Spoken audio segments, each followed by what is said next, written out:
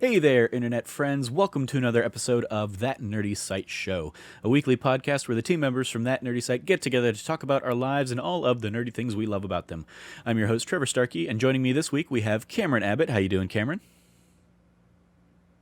I don't got friends. I got family. Every time, Family? like, I don't, every time you do like one of your little funny intros, you have like enough of a pause before you do it, and I can't tell if it's like because of the lag or if it's because you're deciding in the moment what thing you're going to say, and so it always just like ends up being like 3 or 4 seconds of dead air, and I'm just like, do I cut that out or do we just like have the show kick off with like pregnant pot whatever. Frank Bazzani is also joining us. How you doing, Frank? Doing great. We finally got the latest Fast and the Furious movie. We only had to wait like a year and a half. Indeed, yeah. That is all today's episode is going to be about. This is going to be our F9 The Fast Saga Spoiler-cast episode. We're going to do kind of as we usually do when we do these kinds of things. We'll do spoiler-free impressions first, and then we'll dive into kind of our spoiler talk. Frank saw it Thursday night, basically opening night, and then Cam and I went and saw it yesterday, as we're recording this, Saturday night. So yeah, we're gonna talk all about Fast 9, how dumb that movie was, and all the things we loved or didn't love about it. But before we dive into that, a little bit of housekeeping. If you like what you hear, please remember to like, subscribe, rate, review, share the podcast with your friends, all that fun stuff. And if you're feeling extra generous, you can always support us on Patreon at patreon.com/thatnerdysite, just like our wonderful Patreon producers do. You can get early access to the shows that go live up there, as well as, personalized shout outs at the beginning of every month and stuff like that. And our bonus episode of That Nerdy Site show that goes live early to our patrons every month, once a month. We do kind of a bonus episode that goes up there first, and then it goes to everybody at the end of the following month. But yeah, today is going to be all about F9, The Fast Saga, which, as Frank alluded to, we first saw a trailer of early January of 2020, and it was slated for like May of last year, and then the pandemic hit, and so basically, like, as soon as the movies started shutting down in March of last year, they delayed Fast 9 pretty like a year at that point, and I think it maybe got bumped a couple months since like that. But yeah, so it got slated for like April, and then they pushed it back to like June. Yeah, it's been available in lots of other areas of the world for the last month or so, but it finally came out here. We have all seen all the other movies in this dumb saga, except maybe the spin-off things like I've never seen Better Luck Tomorrow and stuff, which is an unofficial, Fast and Furious prequel kind of movie because it's got Han, but and I haven't seen like the little short films and stuff like that. But all of the main saga and all of Hobbs and Shaw, I've seen, as well as I believe everybody else here. So we're gonna talk Fast 9. A point of order. I have not seen Hobbs and Shaw. Oh, you fool! Oh, it's a fun one. Like, well, I'm not gonna root for the guy who killed Han. Like, I refuse to. I didn't like him at the cookout. Like, I know he saved Baby Dom, and that's fine. But like, what a stupid reason to not go see a movie. and I wasn't really seeing movies in the theaters at the time. Yeah, that's fair. So yeah, spoiler-free thoughts. What did everybody think? I kind of know already what Cam thinks because he and I saw it and talked about it a little bit afterwards. But Frank, you saw it before we did. What did you think of F9, The Fast Saga? so I definitely liked it, and that's always kind of where I'll put it is like I definitely liked it. I had fun. We went with a couple of my friends and kind of the friend group. We were in the back of the Alamo together. Like, we had a great time. First movie I've seen in over a year because the last one I saw was Sonic the Hedgehog. So this was definitely something I was excited for, and I've been looking forward to it. But going into it, it's like the Fast and the Furious has always had this problem, but especially this movie really has this problem where, like, if you watch the trailers and if you watch all the trailers, you saw the entire movie. Mm-hmm. Like, there was not really anything in the movie that, like, I didn't just know was going to happen, and I was just waiting for certain things to happen. But that being said, I feel like they still piled some extra things on top of it that, like, they didn't really necessarily show off beforehand. Or there was even some things where they do kind of that MCU style fake out where like they show you something, but it's actually different in the actual movie. Mm-hmm. There was a couple things I noticed that they did there that I thought was actually kind of cool, but it's nothing that was really like amazing. Like for me, I think it's like a lower tier Fast and the Furious. Like even after coming out of 8, I don't want to get too long-winded into this, but it's like coming out of 8, I thought it was super fun, but I was like, I don't know if I really like that one as much. And then coming out of this, I'm like, 8 was way more fun and crazy. And this, I feel like, just didn't hit a lot of those like same levels for me, at least. But it has those character moments with these characters that I really care about in a way that when just like when I see certain things and certain things happen, it hit me in a way that I'm like, man, this hits me harder than it should. Mm-hmm. That like, some of these things that are happening. But like I overall liked it, but I do think it's kind of like a lower tier. But I think it's also because they're ramping up for like what is the finale of the Fast franchise. Like I think this is like act 1 into like a build up kind of thing, So I think it was just a little bit like rough. There was also I think there was also just some action scenes and some other stuff that just were done a little bit poorer than they've been done in the past. And I know sometimes it's like, oh, it's a big dumb action movie, but it's like there's a way to do action really well, and there's even good action in this, but there's also like bad, cheap action that I don't normally expect from like Fast and the Furious. Like when there's a shot of Tyrese just shooting an AK-47 at nothing, and I'm just like, oh, okay. Mm-hmm. Yeah. Yeah, that Yeah, sorry, entire it's kind of a plot- little bit rambly. that entire point I would agree with you on. Yeah. In regards to, I would rank it actually in like the upper middle tier. Mm-hmm. There are parts of it that I think are like, this is some of the best that the franchise does. But there are also points where it's like, okay, normally you wouldn't have these moments, these like a lot of these extra scenes, because we already know these people, but now you're bringing in other dynamics, other interests. You're having to explain things differently. I feel like this also. Sorry, one moment. Sorry, I had to burp. Didn't think anybody wanted to hear that. I also felt like it played with it, like the villain we had around this time. Like there was they instead of just being like, this is the villain, it's there's some we don't know the full story, like definitely we're missing out on some pieces, like a whole thing about it. And like it spent a lot of time building up the villain in a different way than I think other films would have done, because this villain isn't, I mean, Otto says it best, we're not bad guys, we're the good guy. Like they see them like these are not like evil henchmen and their diabolical boss like we're used to seeing. It's very different this time around. So I mean, that being said, like I would argue. I just think it is an upper middle tier. I would argue that like they're diabolical. They're bad guys. Their whole plot is a bad plot. He's saying, he's doing that thing of like, everybody's the hero of their own story kind of thing. But like they were bad guys. There was no point that the movie tried to make us think they could be good guys or they could be on the side of good. That like, I don't buy into that. I mean, I kind of agree. I think, Frank, with what you brought up of the idea that like a lot of these moments probably would have hit better if they hadn't been given away in all of the trailers that we've seen.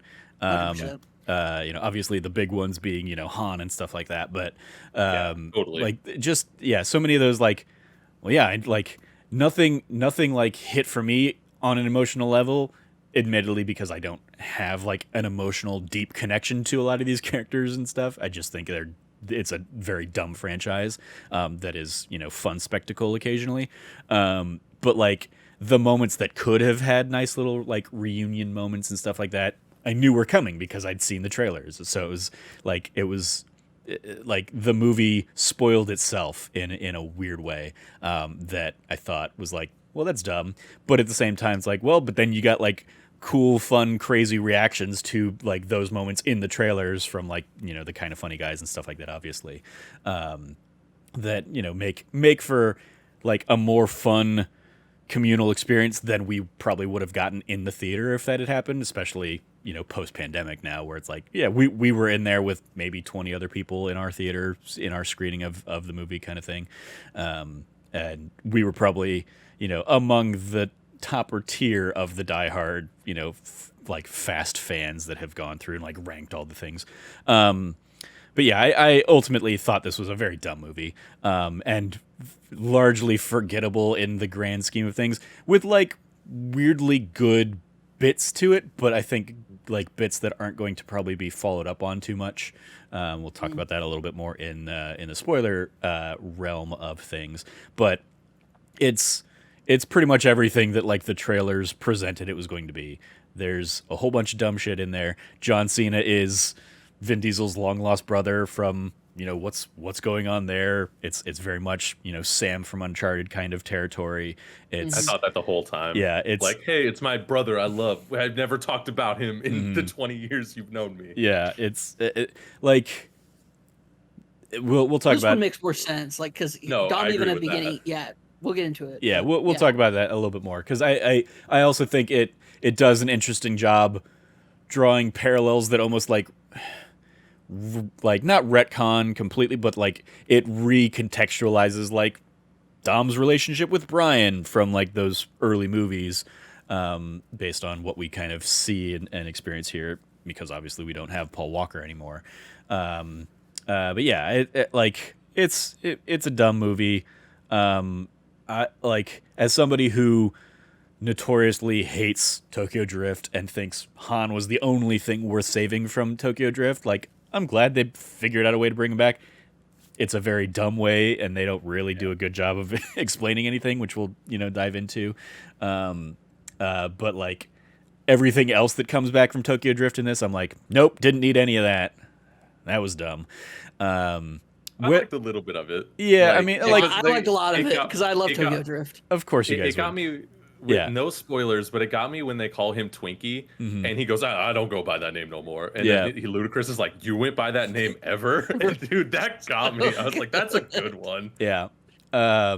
It's that, like, also there's some like, fun we'll get into that. Banter and stuff that we get out of the crossing of some of these worlds. But yeah, like a lot of it was just like, I was like, whatever. I hate some of these characters too much and it's clouding my judgment, I'm sure. So yeah, just before we dive into like spoiler-filled conversation, what is everybody's kind of like top tier Fast and Furious? Like mine has been probably Fast 5. I think that's when like it became what Fast and Furious has become, and I think it does it, like, it fires on all cylinders in that iteration of it. I don't think they've done, you know, that degree of stuff. Like they've had moments where they'd like surpass 5, but like overall, like that is the pinnacle of this series for me. What do you think, Frank? Yeah, after my last rewatch last year, where I just sort of like rewatched all the movies, before, I think 6 was one of my favorites, and because I liked it, kind of builds off of everything in 5, but it has like some of these really good emotional moments, I thought. And there's also some great fun moments like we get in this movie where they're like their banter in between these characters is like amazing, and especially the fact of like in this movie they continue things forward from those movies, like jokes and bits. But I agree with you that I think after my last rewatch, I think I like 5 more overall. I think 5's probably my favorite because it's also, as I described it, it's like the Avengers of the franchise. Like it pulls all of these pieces together for the first time. And that's what, as somebody who's watched the series the whole time, I loved it. And it's something we'll get into a little bit later too. But I'm like, somebody cares. Like somebody making the movie cares. And so I'm like, they get me with that. And also the first one also holds a really special place in my heart because I just Point Break with cars. Like, how do you not win? Yep. How about you, Cam? So objectively, I would say 5 is the best. I just think when we get it is all like all of this stuff coming together for it. It's the like you get the tit for tat between The Rock and Vin Diesel. You get like it's just overall it's just really really great, and it ends up being like a cool heist movie in the end, which is awesome. So I just think like put together, like objectively looking at it, like that is the best film. My favorite's still Tokyo Drift, just because like I love the absolute just like it shows that how much I like this movie. I like when it's this franchise, I like the dumbest shit. I mean, I just want to get lost in the dumb shit. Like give me the dumb shit, make it look awesome as hell, and I'm gonna have a good time. Like I'm gonna have a great time. I had a great time last night. Like Tokyo Drift isn't even the dumb shit one though. Tokyo Drift is just like Tokyo Drift has like good street racing and good car stuff, but Lucas Black is so god awful terrible in that movie that I hate it so much. Yeah. Whenever he says any one of his dumb, stupid lines, I love it. I'm there for it. For me, Tokyo Drift is so bad, it's great territory for me. And I know that's not a universal thing. I get it. It's my personal taste.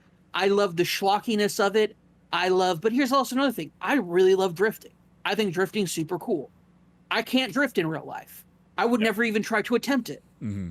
It looks terrifying, but it's super cool when they do it. It feels and then real when they go cool. Around pillars. It feels real cool when I do it in Forza. That's pretty much that is my experience. I don't even like drifting dude. I don't even like drifting in video games. It's too scary for me in video games, much as real life. All right. So getting to see these people do it and like knowing the kind of like skill and like spatial awareness you have to do it well, and then you also get like. There's so many nods to drift racing as well as just street racing in that film. It's a massive homage, and it also doesn't hurt that like I'm also a big fan of what is this? I'm trying to think of the manga anime franchise that I love, and I can't think of its name right now. Initial D? Thank you, Initial D. I was like, why can't I think about it? Because the only thing I'm thinking of is Tokyo Drift. I was like, it's not Tokyo Drift. It's Initial D. All you can think of is the theme song. It's like, Yeah, do you wanna know? There you go. About Tokyo. Yeah. No, I love Initial D, and so there's so many references to Initial D, from like DK Drift King to and like so many throws over to that it's just like this love of like car culture, like drift culture. And it's like for me, that's where like going from because they tried to do another like Point Break, but for street like with cars in Too Fast, Too Furious, and I don't think it lands. That movie's fun though. It's fun. I'll I don't think watch that here's the anytime. I don't like, in my opinion, there's no such thing as a bad Fast and Furious movie. Yeah. They are all in that same category of just, like I said, the dumbest shit. Like, give me the dumbest shit. Like, it was so Too Fast, Too Furious is Miami Vice, but with cars. I mean, Fast 5 is Ocean's 11, but with cars. Yeah. Which is why it's the best of the bunch. Yeah. It's obviously the best one. It's the best source material that's being ripped off of what we've discussed so far. So obviously it's the best. So yeah, like I look at Fast 9 and my kind of placement of it is in that area of, here's the thing, I only ever saw the first trailer, so I didn't really get like too spoiled by it. The follow-up they did was way more spoilery, but I felt like because it was after the pandemic, I felt like they were like, okay, it's been too long. We need to recapture everybody's attention. And I'm like, no, you don't.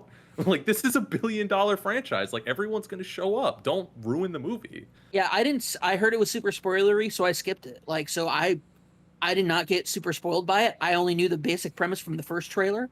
Also, like, I love, like, you have some really fun, great actors and actresses in this film, in this franchise, and they just do great work, and I love it.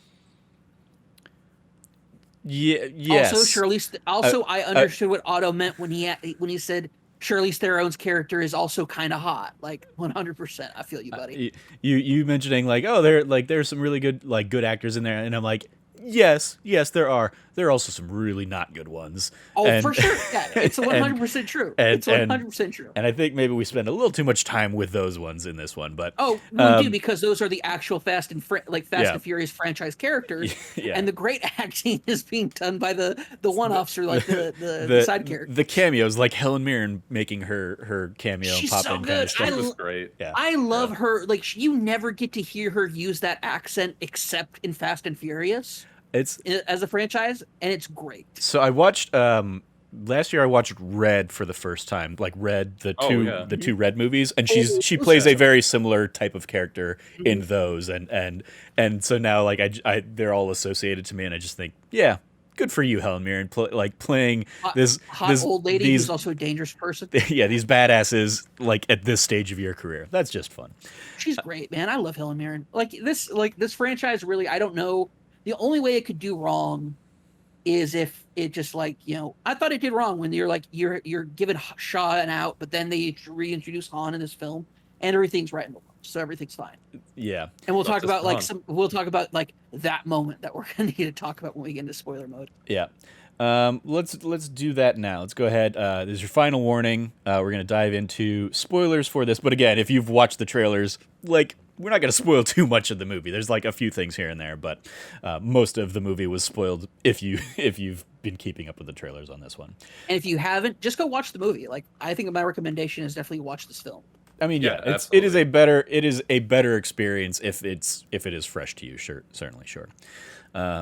Well, okay. So with that out of the way, let's dive in.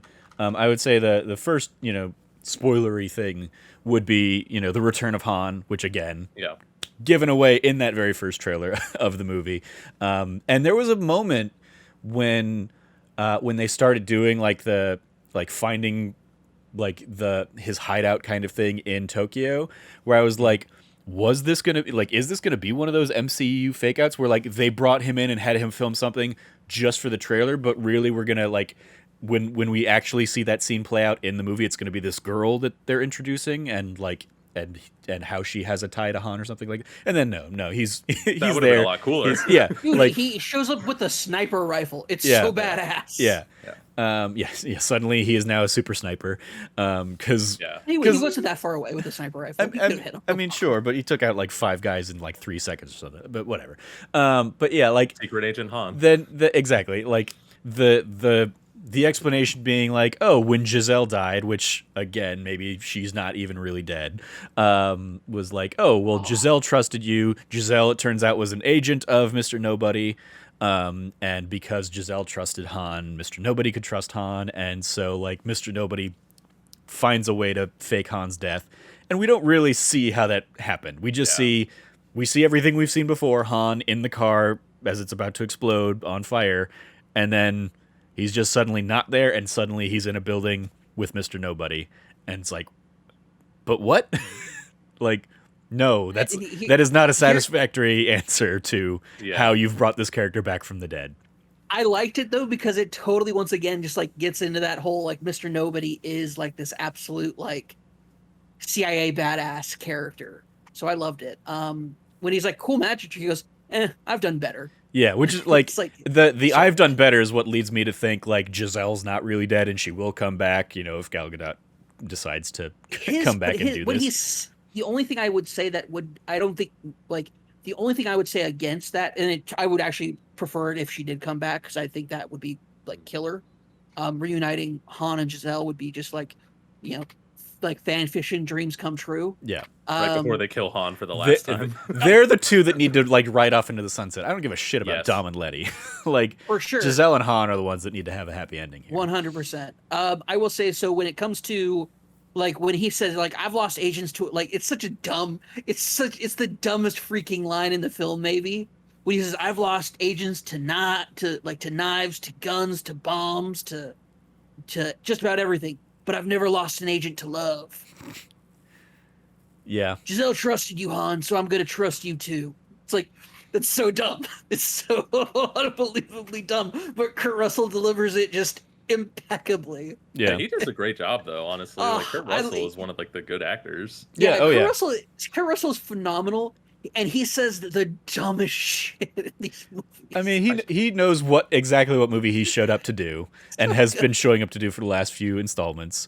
He's and great. yeah, he Which is shows why up I'm for sure For longer than like an hour. Oh yeah, exactly. Yeah, no, he's absolutely not dead. It's that thing of like, well, we've seen characters die on screen, and we still can't trust that they're not going to come back. So a character that died off screen is definitely coming back, or that is not even confirmed dead off screen. It's just he's missing in some military after his plane went down.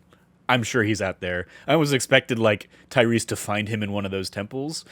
But, Oh yeah. Yeah. Like ultimately cool. that was just like a Are you ready for the next film? And it's going to show that the only reason Tyrese survived in there is because Mr. Nobody was there saving him. it I would definitely actually like that. it definitely felt like they were gearing up to that because like Tyrese shoots a whole bunch of stuff at nothing, and then like after he's done shooting, or as he's shooting up here, like people on the ground floor die. Like they get shot and die, and like we see them. So like I was definitely expecting there to be other people that were going to come in and like help him there, and then we cut away, and like everybody else is doing the car action stuff, and I was like, what the hell was that scene about? That scene was absolute And garbage it's just to nonsense. set up his whole like am I invincible kind of conversation stuff later, which even that will be a whole other interesting can of worms. But yeah, That's yeah. Go ahead, Frank. sorry. That was just one of the things that like I didn't like because like I know obviously like I said like this franchise in the past has it's dumb, it's fun, and like I let them. I'm like yeah, do whatever ever you want. Like I'm just here to have fun, and if you do something crazy, it's fun. But that's where I'm like, well, that's just like bad though. Like there Yeah. has like this movie has more just like bad action scenes that are really poorly put together than any other Fast and the Furious has. Mm-hmm. Like there's well, I mean, at least to me, it seems like because I can't when I think about past Fast and the Furious, I don't think of like poorly put together action where you can't I tell what's yeah, happening and who's where and like yeah. they clearly show where the people run up on him from the second floor and the first floor like you said and he doesn't shoot anywhere near Nope. those and then they show you the shots of everybody getting shot and he also if you want to get crazy about it which this is a little bit nitpicky but it's like he has one ammo clip in an AK-47 thing and he fires it for like a minute and a half it takes out all these dudes and that I'm willing to let go because it's Fast and the Furious it's a movie people get saved by falling on cars Yeah. we just accept these things Yeah. but that's just like that is just one I hated like that shot of him from the top down just shooting at nothing I'm just like oh my god like that's from like a bad zombie movie Yeah. I would say I think that ranks up there. It might just be the worst action scene in the franchise. Yeah. Maybe. yeah I don't know. honestly I can't think of anything that like jumps out as being there's a scene later in the movie that also bothers me but I would say that this is still worse in terms of being just a bad action scene. Yeah. I'm sure something that Sean did in Tokyo Drift is way worse than this, but I just don't like But I've blocked so much of that movie out of my head. Like I'm sure he But was Sean doesn't do any like the thing about Tokyo Drift is it's still in like where all the cool action scenes are in the cars. Mhm. And so you don't have to worry about the like it isn't until four like really getting into like five territory where it's the actual like the action scenes will actually be outside of cars. Yeah. At the time of Tokyo, like even then, so Sean probably doesn't have like a bad action scene because he's not actually in those action scenes. It's just cool car stuff. Yeah. That's fair. But yeah, like that whole thing and then like the runner of Tyrese thinking like we're invincible. What's going on? We got to, like you only like what they end up doing is they end up using that to lampshade like how absurd it is that everybody's in here, which doesn't like make that better. Yeah. And so Nope. the effective thing that you could be setting up there is him dying at the end or somebody dying at the end. And then so when nobody dies at the end of this thing, it's like God, they're gonna actually go that like these guys are like Fast and Furious is weirdly like they're invincible people and like none of them can be hurt or die or whatever. Like and they're but then even that like Tyrese like something that they did not draw attention to or whatever is like in Fast and Furious 2 or Too Fast Too Furious like he does break his arm from like landing on the Yeah. boat. And like I'm pretty sure they'd reference that after the fact and stuff. So like he's not always been invincible and stuff. He like has it's not until Fast 4, Fast 5 that they start becoming like absurdly crazily invincible to these things and the movie shifted into a superhero franchise where they're not really superheroes but they're superheroes. Yeah, Fast and Furious, Brian literally has to call on his cop resources to save Dom's life. Yeah. Yeah. So, Vince. Vince's life. Yeah, sorry, Vince's life. Yeah. So like, I'm not surprised by, like I'm surprised by that, but more so, I think they would have been better if they had also once again, what Fast does best is it takes things from other films. Give Roman this entire like Jules from Pulp Fiction, like have I been called by like this whole like I've survived these incredible things. Do I have a greater purpose? Mm-hmm.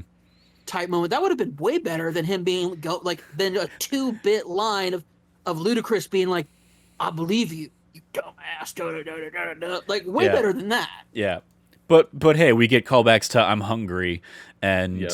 and then just It's like all the food in the space car. The But food yeah, in the like space car is phenomenal. I love it when it's just like when he goes, "How much have you eaten?" yeah, when Again, yeah that moment, when the I rappers just noticed start popping Tyrese up. wasn't going to see it. Tyrese wasn't going to say it, so I leaned over to Trevor and I said, "He's hungry." Yeah, Yes. yeah, you did. But like because we get a lot of mention of like, well, if they do this thing, there's no way they're going to be able to get back in space. So like they would die there, or the fake out of him of the like the tank landing in front of him, but like perspective makes it think it just crushed him, and like that definitely would have been very outside of the realm of Fast and Furious, but also like almost nothing is outside of the realm of Fast and Furious at this point. So I could have also bought that as a thing, except for the fact that I knew Space Car was coming again from the trailer. So I was like, well, they're definitely not killing him. Yeah, like it was is he going to like bust open the door and there was like a roof entrance that it just like happened to do, and then they did the even lamer one of like, no, it just Yeah. landed in front of him and he walks out from behind it. It's like whatever. That was It's like dumb. perspective. Yeah. Yeah. That was a dumb sequence. Speaking of dumb sequences, the one that really jumped out at me was the amount of ziplining Yeah. that Jacob does after When he's going- after getting the part of the Ares thing or whatever, the MacGuffin. It's so much zip lining. He should have just like, you don't zip line that much. Yeah, I was like, okay, like the second dude time it cuts to ziplining is- him after Dom has already like gotten into the car and starts like driving to follow the path. It's like, well, like that's like already from the church that he was on to the building that he first ziplined to, like that would have been the zip line. How is he still going? And then like they do two more or whatever, and then he like lands on something and then shoots another. It's like, oh god, okay. Well, at least they gave us like a pseudo explanation that it's not just the world's longest zip line, but it's still like, what the heck? Like, oh my god, this movie is so dumb. This is going to be a long dumb trip. Building off of that, I Yeah. did like the part though where Vin Diesel tackles him off the zip line. Oh yeah, Yeah, when and they go into the tailor shop in Yeah. Edinburgh. So Yeah. cool. I Mhm. thought that was just a great fight, like because like they do this pretty well sometimes, where they with Vin Diesel or The Rock, they just have to go find a giant dude, Yeah. and then they just let them fight and square off against each other. But this is like one of the that's one of the better like fights, like especially when like they're just throwing each other around, and he like throws John Cena into the bookcase or whatever. Yeah. I'm like That moment where was- John Cena tackles him into the table, and he uses the momentum to kick him and like judo flip him into the bookcase was so rad. I absolutely like Vin Diesel and John Cena have really amazing fight chemistry together. Like they Yeah. are the two of them fighting just always felt so good. If I felt like that was either of them, sure, yes, yep, that's absolutely. But I feel like it was like CGI / stunt doubles and other stuff like that. But I believe it was John Cena. I mean, maybe It I felt like John Cena at the end on top of the truck. I felt like that was John Cena, and Yeah. I might be wrong, but that just he was pulling out legit wrestling moves, and I thought that was badass. I did appreciate that they held restraint and did not have him do like an AA, which is his. Oh no, I wanted him. I wanted him I to mean- AA the big dude at the end. I want him to AA him. I'm waiting for it, and it doesn't happen. I'm like, I mean, I get it, but like that would have been great if he had been just like, boom. Yeah, But at the same time, if And he then had, he's like- if we had gotten the first, yeah, if we got the because the AA used to be called the FU, yeah. and it would have been great if he did it and he said "fuck you" while he did it. Mhm. So it would have been like a I great homage to the original one. But yeah, I would have popped for it, sure.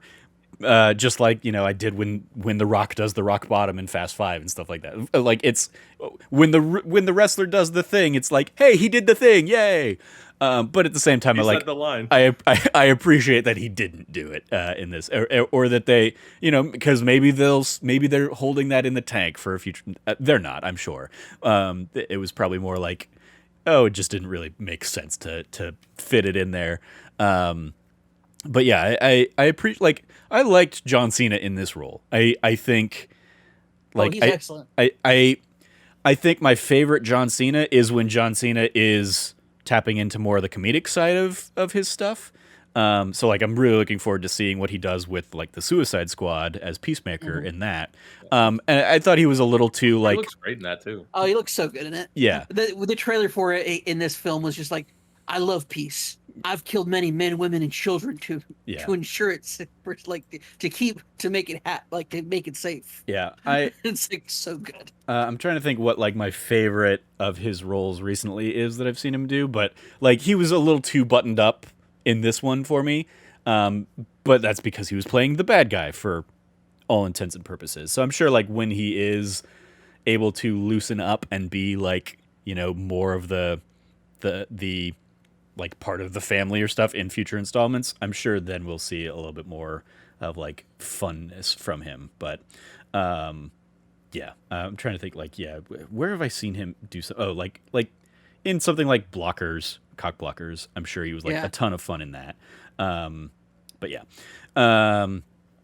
Dude, I will say, I really enjoyed how, like, what's his plan? Oh, he wants to shock the system. He's like wanting to do this like total like power structure reset, like all this stuff, and everybody's like, yeah, but you're really doing it because Dom's your big brother.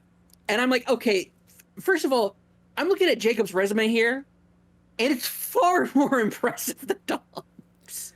I mean, like it is.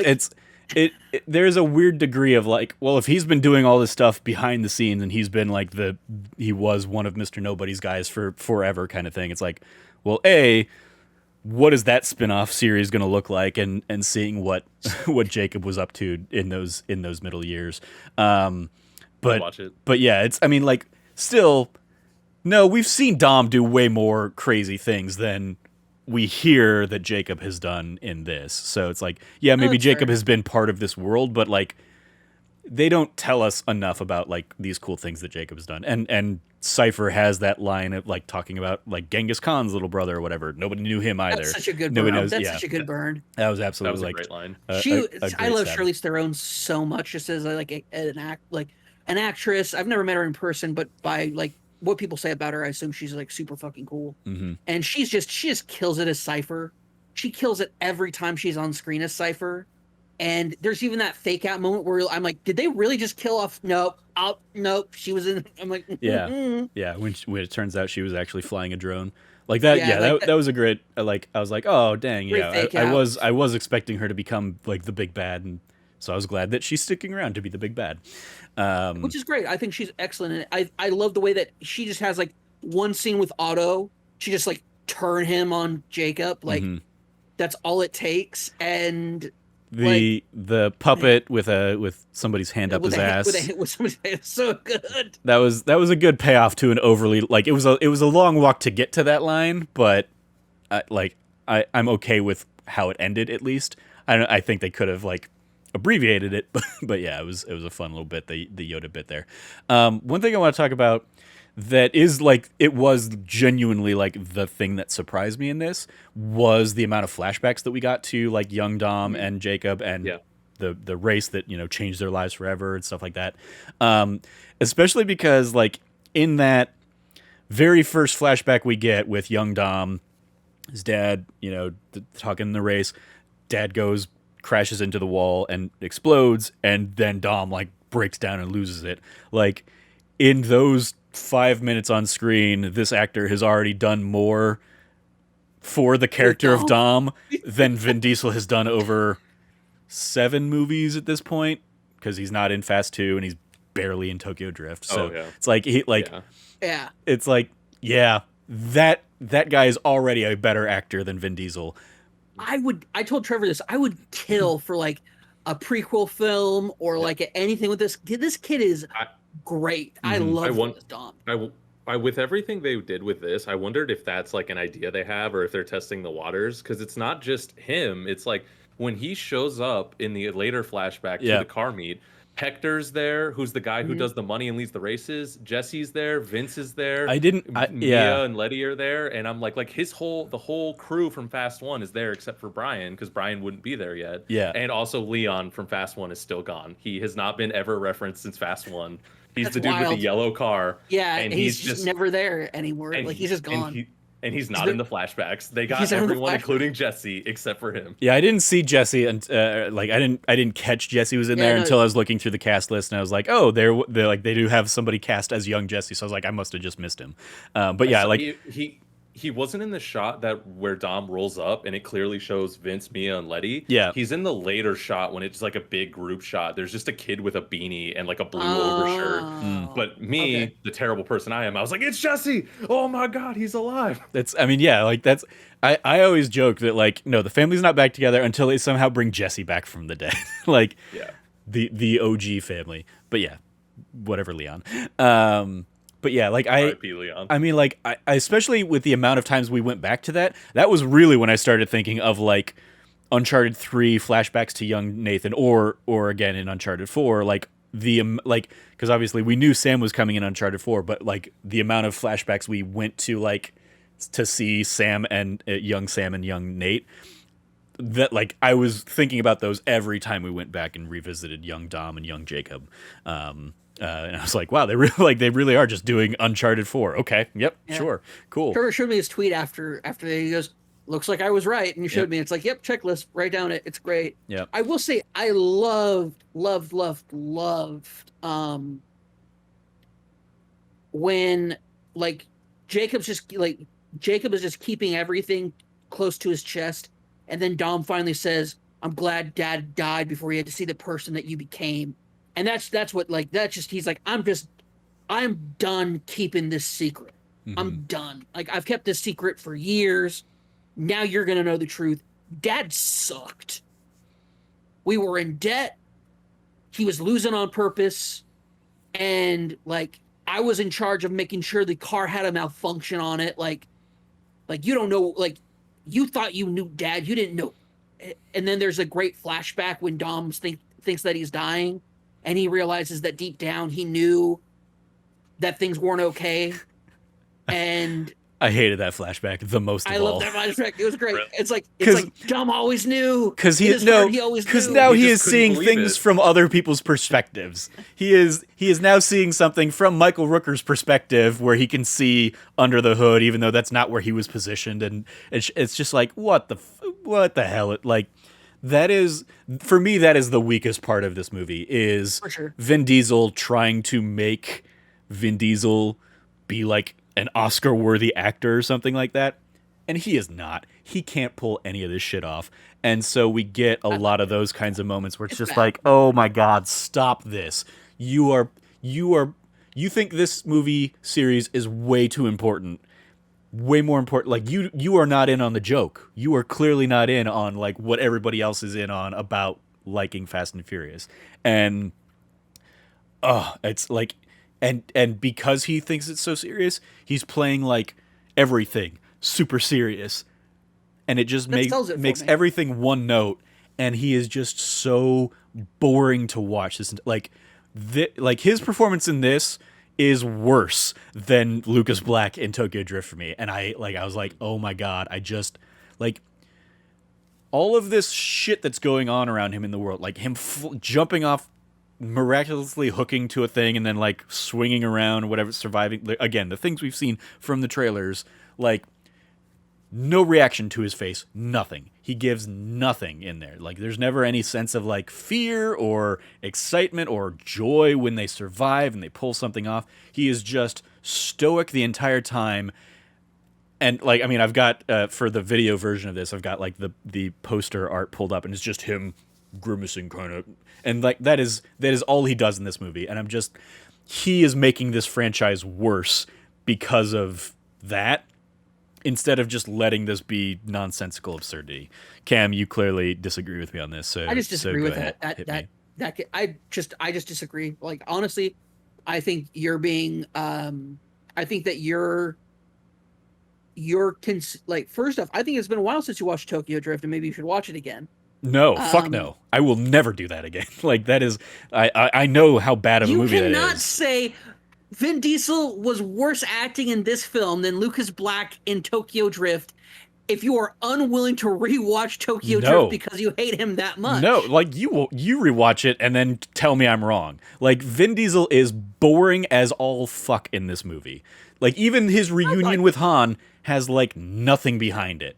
What? Yeah. No, he like Lucas Black's reunion with Han has more heart behind it. Yeah. Well, that's accurate, but that's just because like he's not a golem man. Like no, he totally like breaks out into a smile and gets giddy the moment he gets to hug Han. He's like super excited that he's alive. Disagree. Because I mean, like, dude, he totally breaks into like a smile. Sure, he and does. Like, starts giggling.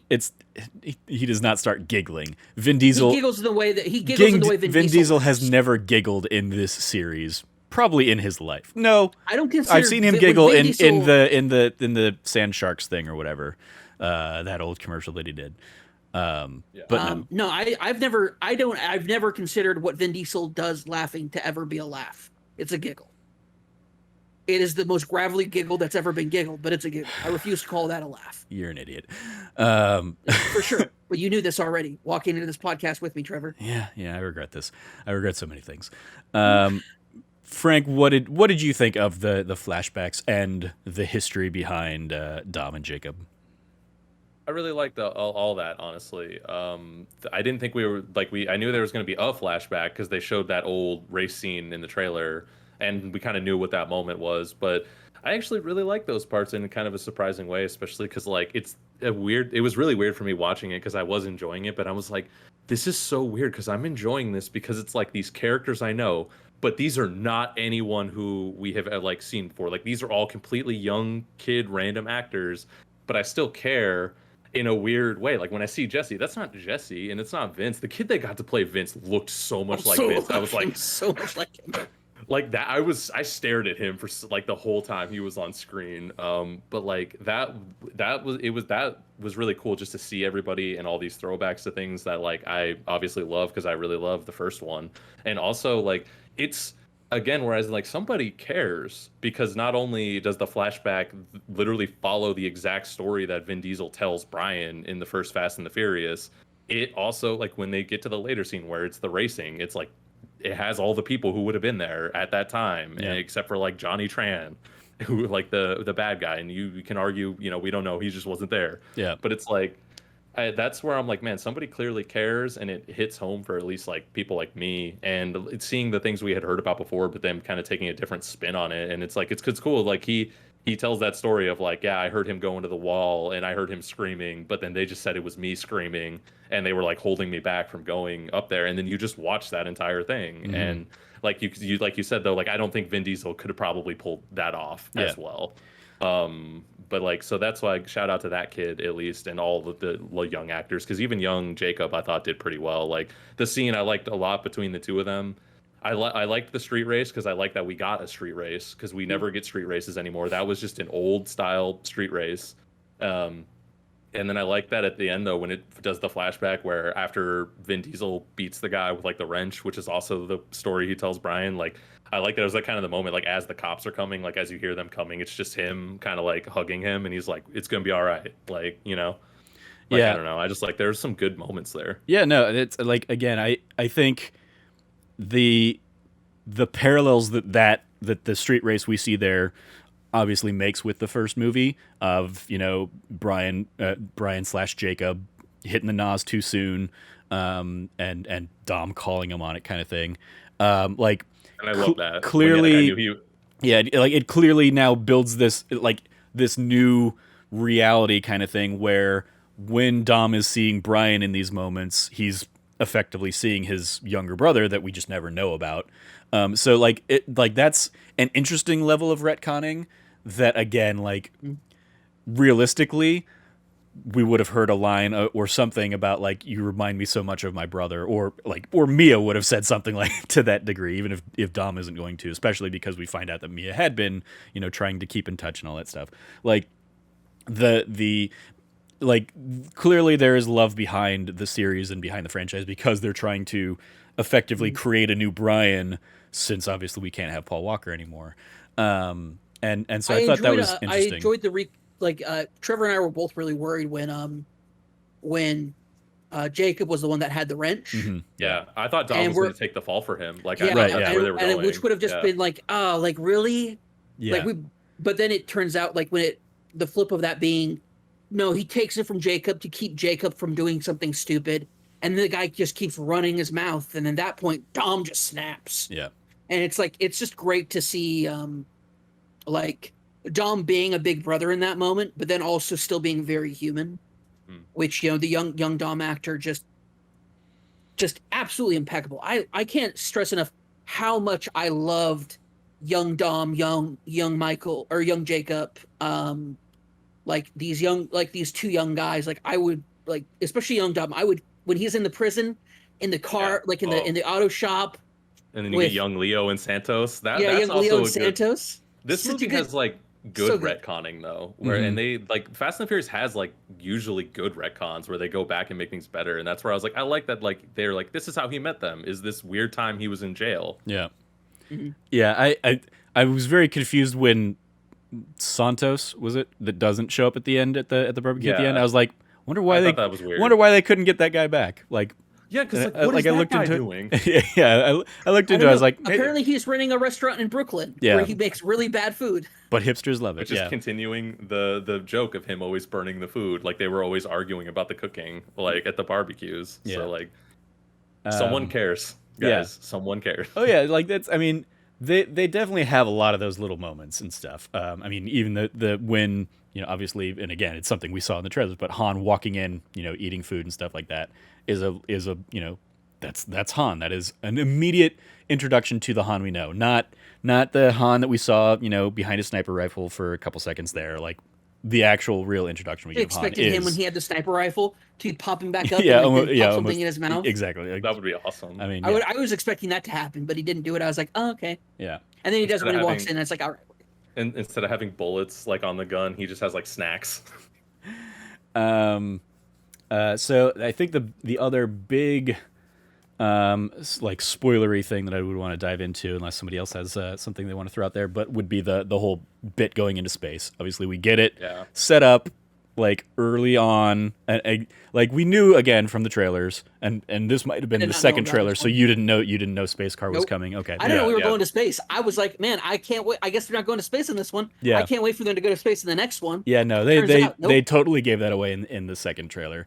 That sucks because it was a really good moment for me. I mean, it was not being spoiled by that, just to see them do the rocket car, and of course, like the only guy that they're gonna know who could end up being a rocket scientist is like the one guy nobody remembers from Tokyo Drift. Yeah, that's like, and that's really one of my like gripes and stupid things about that. It's like, okay, like Earl, who that character's name. Like I had to look him up because I was like, yeah, I don't remember. Like that was not a guy from Tokyo Drift. He was not like in the crew or whatever. He's a very ancillary character in Tokyo Drift, and he's so ancillary in this movie, even though he's like a bigger role than some of these people. Like he gets billing below like Bad Bunny, who's playing a lookout in there at some point, and all of the young characters, he gets like billing below them is where Earl is in this. He's like right above Cardi B, which even that in the celebrity hierarchy, it's like, no, Cardi B is clearly a bigger role, but also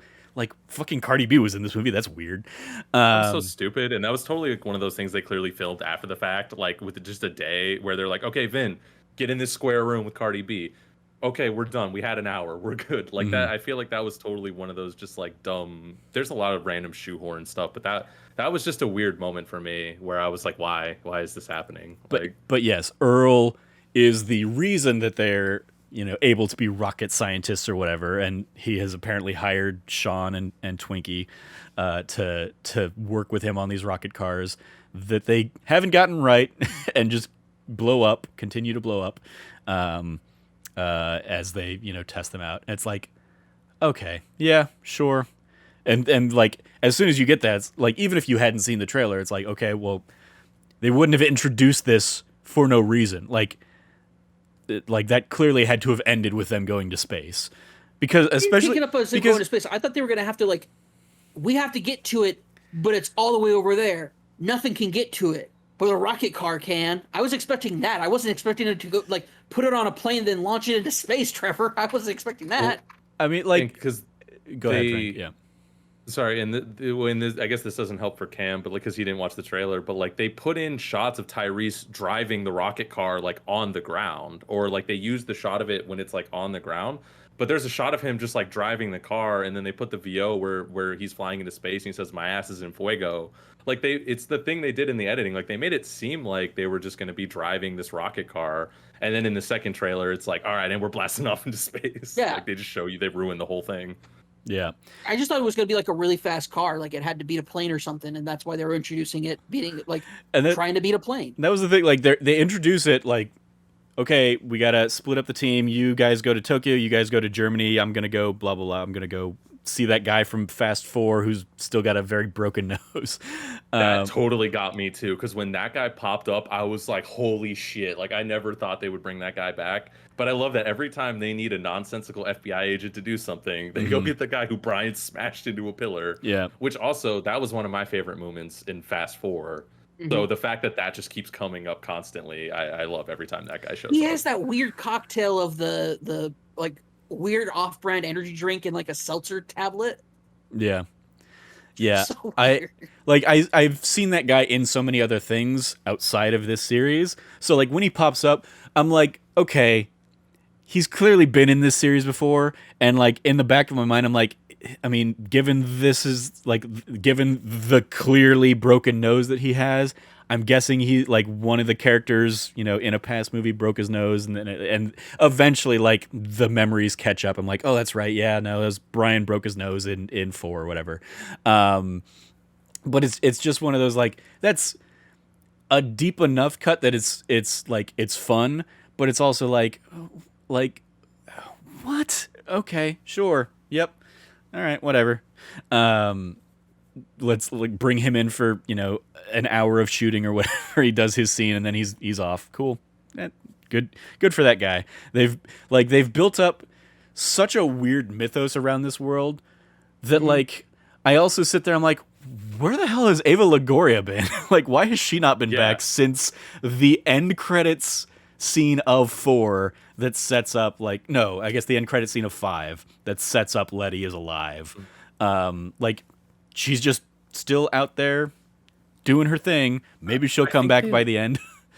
I think they like cut her out or something weird. Like I remember looking into it a bit because she was supposed to be after that end credit scene. She was supposed to like come in and be a part of the next movie, and she was even doing like the press tours with them.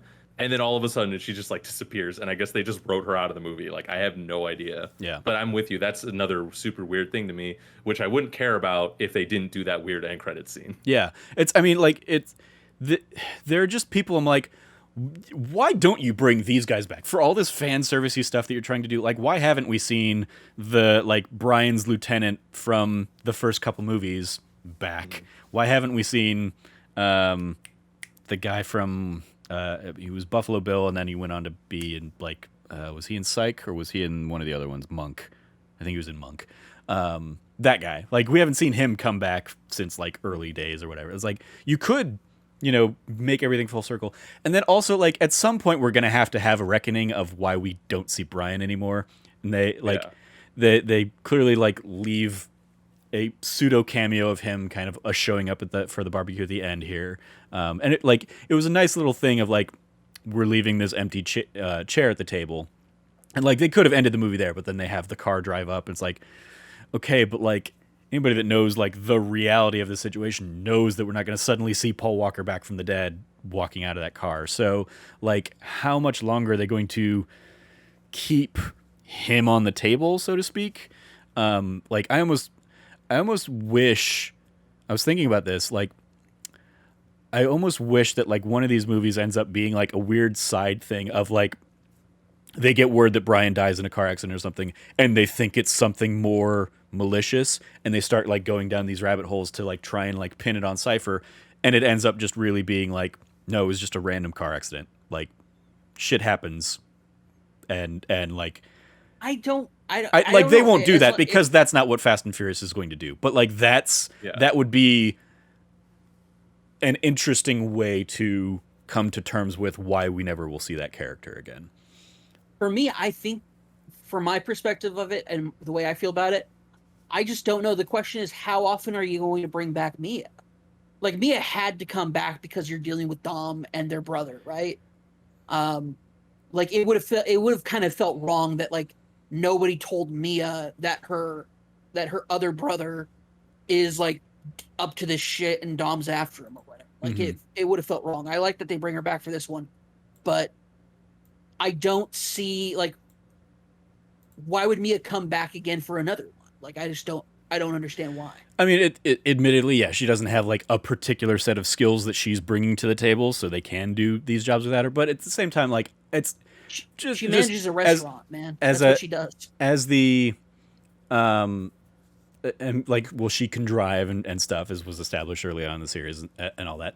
But like I don't think it's fair that actress has to get written out of the series because of the unfortunate real life circumstances surrounding Paul Walker. Like that is where I think it's unfortunate that like she has had to, you know, be on the sidelines of the last movie or so because of that and because they can't bring Brian and Mia into the fold. And so like I appreciated her coming back for this. And yeah, it would have been very weird if they had this whole thing and then you're like, but wait, like Dom's also got a sister who is very prominent in the early phases of this series.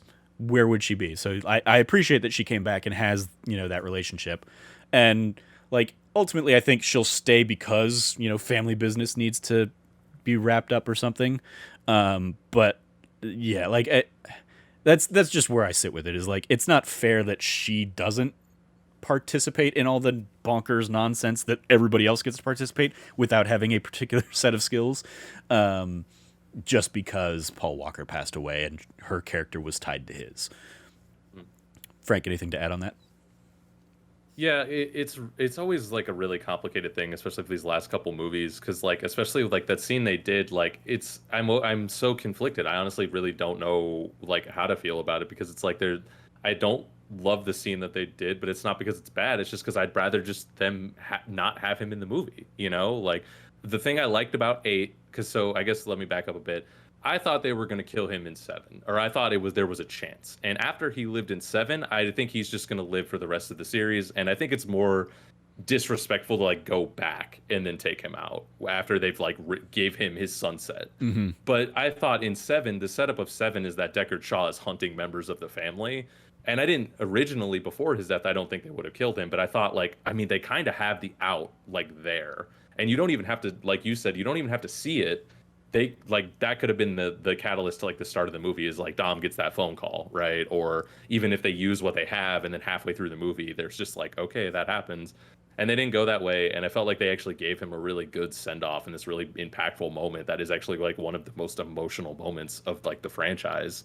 And then in 8, what I really liked is there's that moment where when shit's going down and it's like the end of the world, and they say to him and they're like, Dom, we need to go call Brian. And he's like, no, he's out of this life. Like they're out of this life completely. And I like, oh, wow. Like he's taking that stand of like, no, they're out of this life. And like you said, it's not fair to her that she has to get written out because of that. But I liked that they took the stance and they were like, we're just not really going to bring them up. They're living their lives. They're out of this, and they're in like a different country or wherever they're at, like being safe.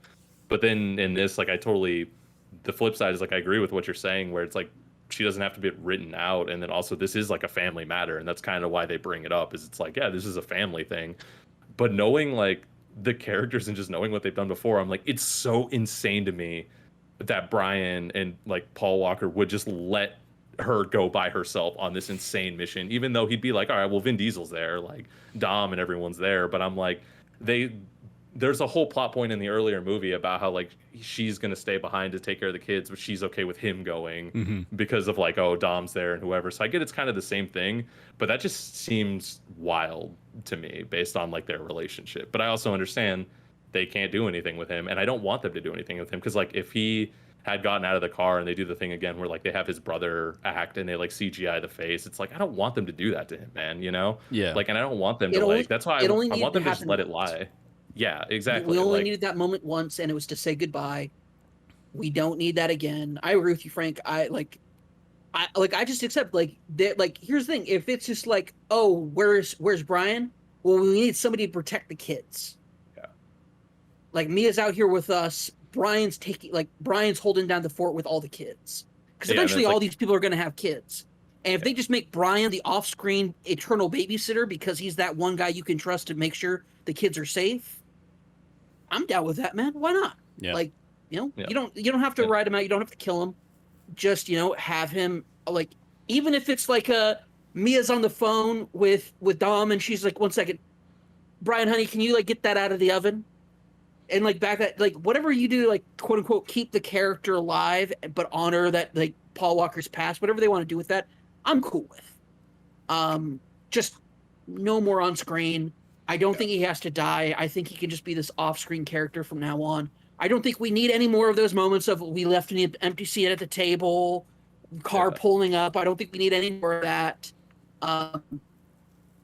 If it's just like hey, let's make sure we get everybody out together. Let's go ahead and say grace. Brian's taking care of, like, baby's crying. Brian's taking care of it. Let's just go ahead and say grace, whatnot. Like, that's fine too.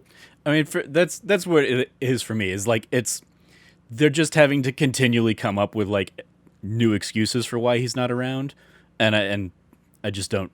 I think like they have diminishing returns, and like that combined with they continue to try and like honor him with each one, like an empty seat at the table on this one, like obviously a clear homage to, hey, we've lost a friend, and naming the son Brian in the last movie and stuff. Like, it's like they're continuing to honor Paul Walker following his passing with every movie, and each time it's just like it's drawing more attention to the fact that he's not there, to and that the character's not there, and I would sooner see them write the character out, and like, I mean, even like in this, it could have been like the whole rest of the movie happens and they're waiting for him and then they get a call or something like he was in an accident, and then you cut to black or whatever, and that's like the cliffhanger for the next movie, and maybe it was Cypher that killed him off screen or something like that.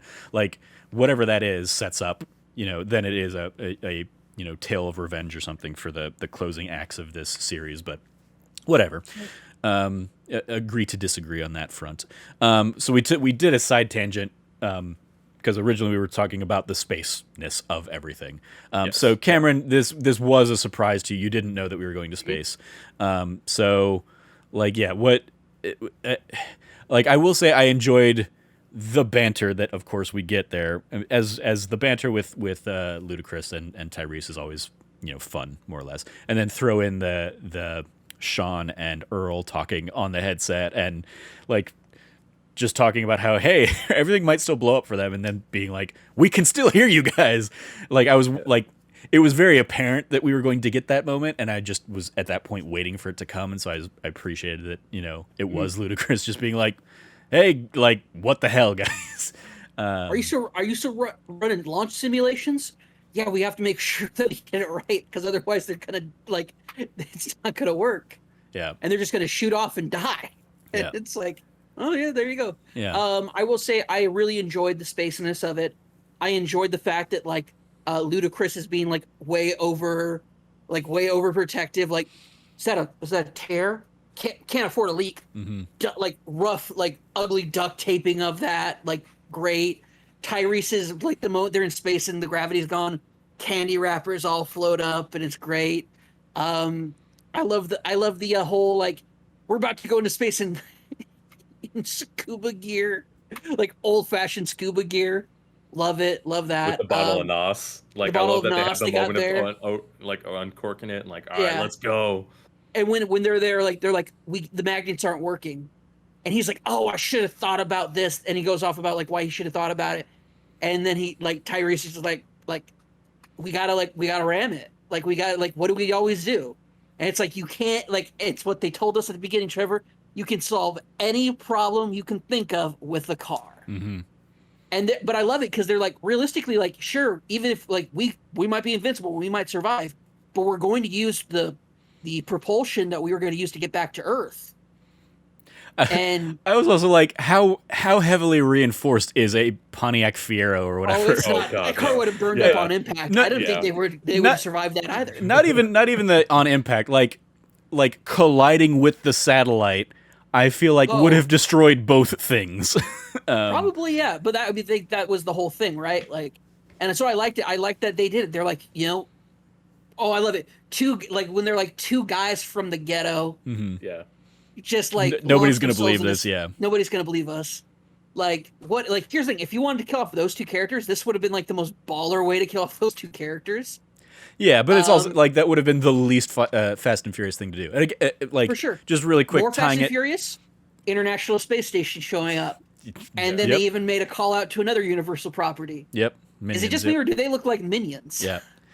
Oh God, yeah. yeah. That one I was like, oh, boo. Yeah. Agreed. It's so bad. It was such a bad line, and it's like I love it. Just real I quick, love it. tying it back to the whole like Paul Walker Mhm. thing. The whole like repeated setup of like, are we invincible?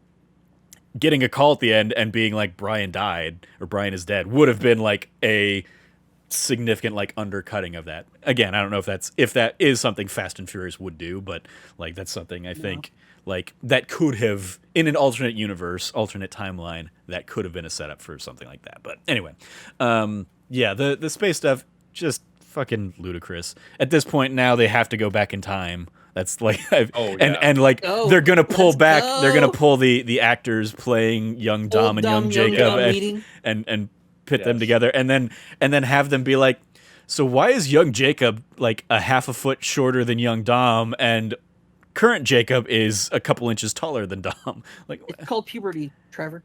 he clearly had already gone through puberty though in that. He was like 14 in that scene. I don't know. Or like I feel 16. like not. Well, whatever. Like just more absurdity stuff. But yeah, like Michael Rooker is now in this universe, so that can be fun. Awesome. You know, like Michael Rooker was somehow just with, like, weird, like two weird scenes, and that's it. I kind of want Michael Rooker to have like a similar transformation to Tej of going from being like this auto mechanic to being like a super hacker spy or something like that in the same way that Ludacris went from running jet ski races. Like I almost wanted that to be like callback at some point. Like that really like yes, they clearly love these franchises, but like they need to point that out at some point. The fact that like Ludacris should never have been this guy, especially now that they've got Ramsey who can actually be the tech hacker character. Like Ludacris should never have been that or explain like that he was tinkering with all that stuff while he was running jet ski races on the side. Like give us some explanation for why Ludacris became the tech guy starting in Fast 5. I don't know if they ever will. It was fun seeing the because we all saw this at our various Alamos. So I imagine you saw the same pre-show we did, Frank. But they did a recap of like the 9 movies in 9 minutes, and then they kept pausing the timer, which I got very frustrated about, as Cameron can attest to, because like then don't say it's 9 and 9 if you're gonna cut the timer all the time.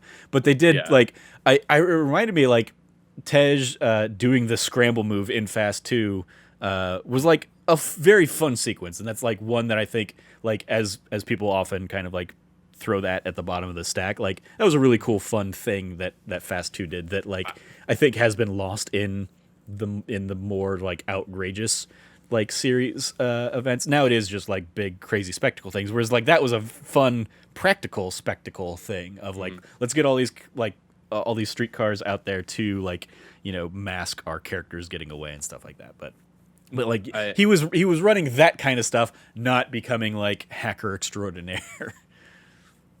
Yeah, I totally agree with you on that scene, at least in Too Fast. Like that's my favorite scene in that entire movie for sure, and that's like even if we talked about like favorite scenes in the whole franchise, that's up there for me. But just because from top to bottom it's so cool, but like you said, it's also just practical. Like because they use those trucks to block the streets and the raceways, then they use those to push the cop cars out of the way. Like it's actually just makes sense, and all the street racers from the movie are there, which is just cool. Yeah, as opposed to this movie that just doesn't understand how magnets actually work and just like makes up a whole bunch of shit of like let's suck these cars together. And dude, when they get John Cena's car though through that building, it was so sick. No, it was rad as hell.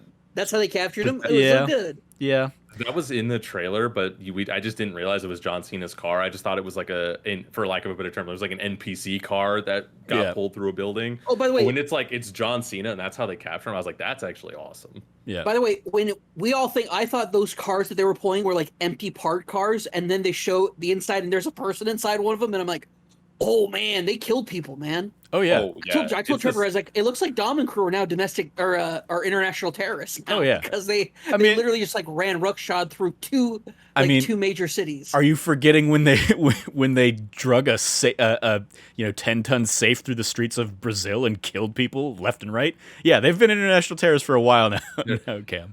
there's a show. John Cena and Otto really were the good guys. No, I mean, still no, because their whole thing was like Yeah. they wanted to control every piece of tech. I mean, like, admittedly, I have no idea what Project Ares was actually supposed to do. I think I was getting distracted by the jackass who was like talking through the entire movie next to us. If it runs off code, Project Ares can control it. There you go.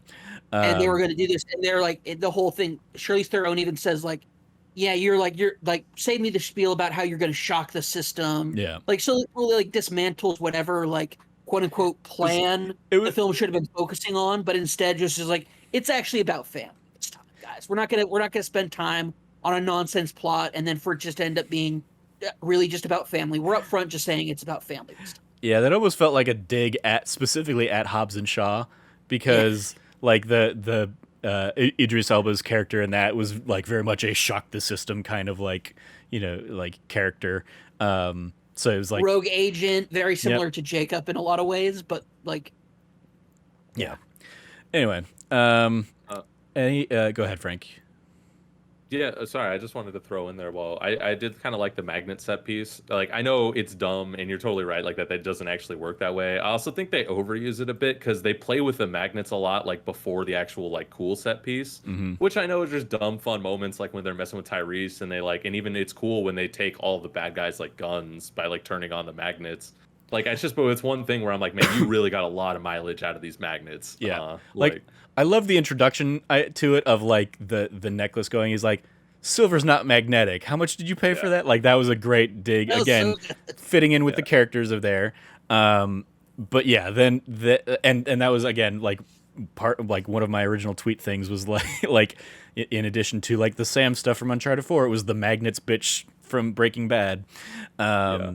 Which yeah, again we got in spades, and then yeah, like it just they absolutely overuse the idea. Like it's introduced in like a first set piece, which was fun with Ramsey kind of like turning it on and off as she's driving the truck for the first time, and so you're juggling like this fun like, oh, this character who's been in all these racing movies doesn't actually drive, and then she turns out she's actually a fine driver, whatever. Like My driver, she murders shift. people. I mean, she killed like- people. like she's using a stick shift. I would never be able to use a stick shift, and I've been driving for 16 years.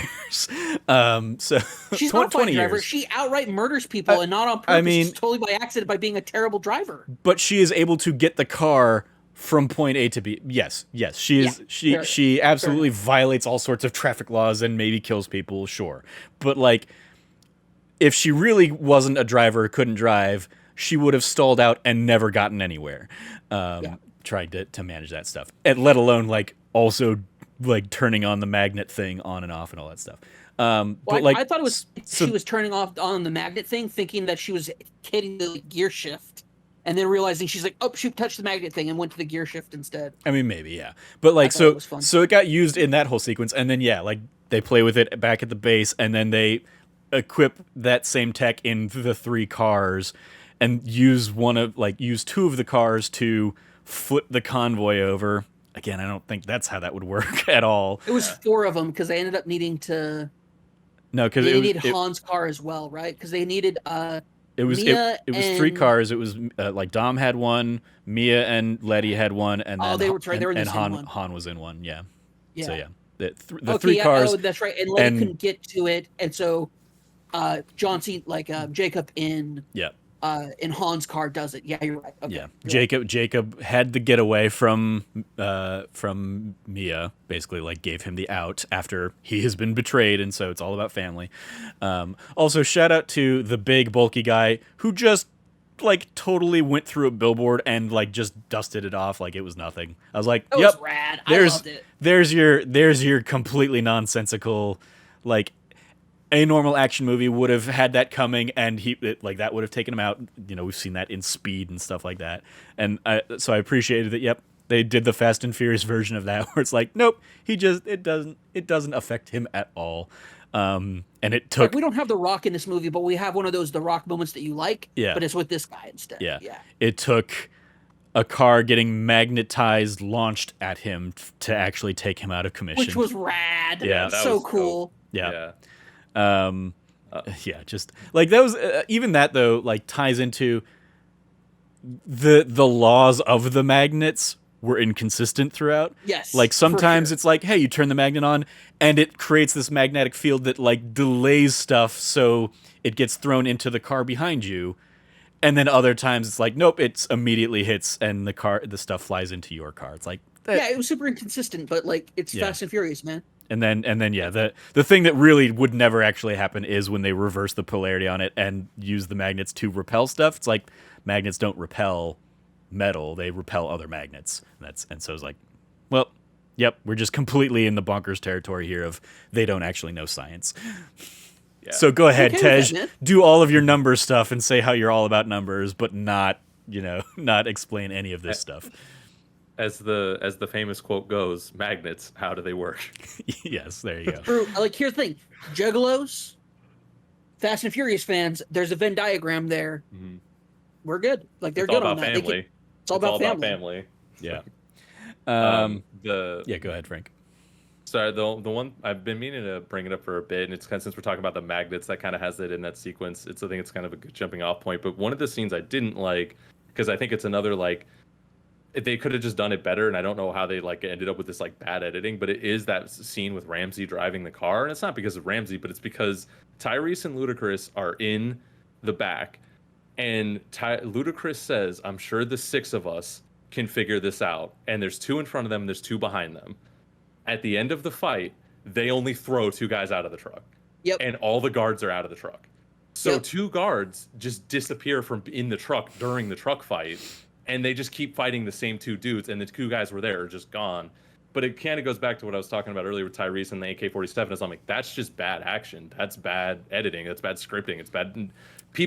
Somebody cares, but clearly nobody cared about that. But I noticed that my first go around where I'm like, he even says the six of us. Like, if he didn't call it out, I could even forgive it a little bit more. Yeah, like Here's or the thing, like they because could've two of them shot- are effectively yeah. the guys that they knocked out before they got into the truck, and then those guys come to join them into the truck, and then Ramsey steals the truck with them all aboard. Yeah, it was Yeah. it was a very like that, and that sequence also. There were a few times throughout this movie where they absolutely set up a Chekhov's gun kind of moment where like there's a gun, the gun gets like hit to the magnet thing. At one point, like they're trying to push Ludacris's face in it so they can shoot the gun, even though it's like That was magnetized to the wall or whatever. Yeah. And then the gun, gets dropped to the ground, and one of those bad guys sees it and goes for it, and like that just never actually amounted to anything. Like it was just suddenly they've been thrown out of the car. Okay. And I wouldn't be surprised if they shot more, like they shot the other two guys, footage of the other two guys being thrown out, but in editing they were like they made a bad decision on putting that action scene. Like all action scenes are like 40% camera work, 60% editing. Mm-hmm. Yeah.